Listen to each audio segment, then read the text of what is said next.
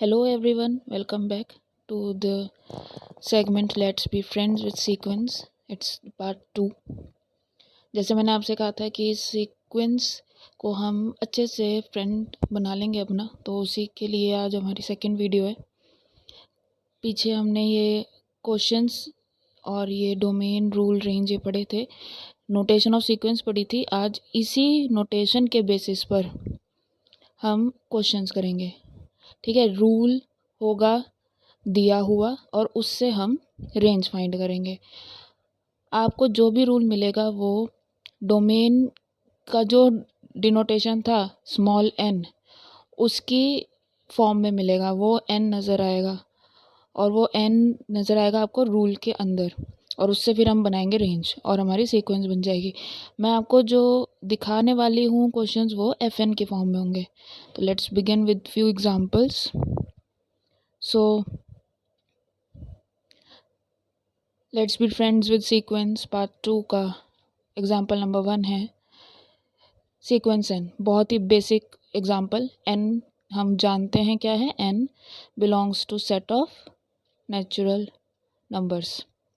ठीक है, natural numbers हमें पता है कहाँ से शुरू होते हैं, 1 2 3 एंड इन्फिनिटी तक जाता है ये। It is an infinite set, तो ये इन्फिनिटी तक चला जाएगा। ठीक है, तो ये एक इनफाइनाइट सेट हो गया। इस तरह से इसको लिखा जाएगा। तो अगर आपको जस्ट ब्रैकेट्स में n लिखा हुआ मिले तो आप इसको कैसे एक्सप्लेन करेंगे, दैट ये इसके डिस्टिंक्ट एलिमेंट्स हैं 1 2 3। ठीक है, सो अब इसकी रेंज, मैं इन क्वेश्चंस के साथ साथ रेंज भी डिफाइन कर रही हूँ। साइड में मैंने एक और कॉलम बना लिया है। तो इसमें क्योंकि 1 2 3 ये सब डिस्टिंक्ट हैं, अलग अलग हैं, इसलिए इसकी रेंज यही सेट बन जाएगी, मतलब सेट ऑफ नेचुरल नंबर्स। ठीक है, जो कि 1 से शुरू होगा। अगला क्वेश्चन ले लिया मैंने 2n। 2n मतलब जो भी एलिमेंट्स हैं n के नेचुरल नंबर के सेट के, उसको 2 से मल्टीप्लाई कर देना है। तो मैं पहले इजी वे में लिख देती हूँ, 2 into 1 comma 2 into 2 comma 2 into 3 and so on. ठीक है, इसको ठीक से लिखूँ तो क्या लिखा जाएगा, ये इसको ठीक से लिखूँ तो it will be 2 4 6 and so on. It's table of 2, हमने जो पीछे लास्ट वीडियो में की थी। ठीक है, अगर मैं यहाँ 3 रख दूँगी तो 3 की टेबल आ जाएगी, 4 रखूँगी तो 4 की टेबल आ जाएगी। रूल चेंज होते ही सीक्वेंस चेंज हो जाएगा। आप देख रहे हैं ना, रूल के अंदर n यूज़ हो रहा है। ये सब अच्छे से समझ लेना है आज। ठीक है, अब इसकी रेंज क्या बनेगी, इसकी रेंज डिस्टिंक्ट एलिमेंट्स क्या हैं, 2 4 6 1 3 5 ये नहीं आ रहे हैं इसमें। ठीक है, ध्यान रखिएगा। Now the third example is 1 upon n। 1 upon n का मतलब 1 फिक्स रहेगा और डिनोमिनेटर में नंबर्स चेंज होंगे। शुरुआत 1 से ही होएगी, तो 1 upon 1 1 upon 2 1 upon 3 and so on. ठीक है, तो इसको थोड़ा सा ठीक से लिख लेती हूँ मैं। 1 upon 1 1 upon 2 1 upon 3 and change कर दिया मैंने। 1 1 अपॉन 2 1 अपॉन 1 इज़ 1 ना, सो इट इज़ दिस। इसकी भी रेंज, यही डिस्टिंक्ट सेट्स हैं तो यही इसकी रेंज बन जाएगी। एक बार मैं लिख भी देती हूँ, 1 1 upon 2 1 upon 3 and so on. Now next question, -1 की पावर n। तो यहाँ क्या करना है, -1 को डिफरेंट डिफरेंट पावर्स देनी है, 1 फिर 2 फिर -1 की पावर 3 एंड सो ऑन। तो ये क्या बन जाएगी, -1 की पावर 1 1 होता है, -1 की पावर 2 1 होता है, -1 की पावर 1 -1 होता है, then it is and so on. तो अब यहाँ देख लीजिए, इट इज़ इम्पॉर्टेंट, मैं लिख भी देती हूँ, इट इज़ इम्पॉर्टेंट कि इसकी रेंज क्या बनेगी। इसके सिर्फ 2 ही एलिमेंट हैं डिस्टिंक्ट, बाकी रिपीट हो रहे हैं, तो इसकी रेंज है -1 एंड 1। कर्ली ब्रैकेट ज़रूर लगाना। कर्ली ब्रैकेट का मतलब होता है कि यही 2 एलिमेंट हैं। ठीक है, कर्ली ब्रैकेट इज़ मस्ट। ये फाइनाइट रेंज हो गई।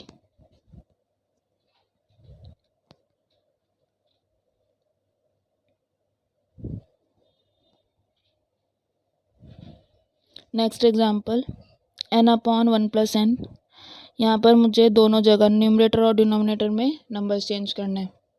तो 1/1 + 1, 2/1 + 2, 3/1 + 3 एंड सो ऑन। इसको ठीक से लिखूँ 1/2, 2/3, 3/4 and so on. Again distinct elements हैं सारे, तो उन सभी को मुझे रेंज में डालना पड़ेगा और ये इनफाइनाइट है।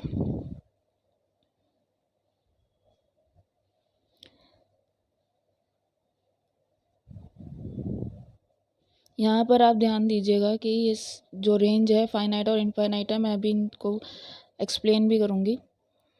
जैसे कि जितने डिफरेंट पैटर्न होंगे उतनी डिफरेंट आपको क्वेश्चंस मिलते चले जाएंगे, वैरायटी चेंज होती जाएगी। मैं कोशिश कर रही हूँ कि आपको हर वैरायटी का एग्जांपल देखने को मिल जाए। नेक्स्ट है बहुत अलग FN, सीक्वेंस FN।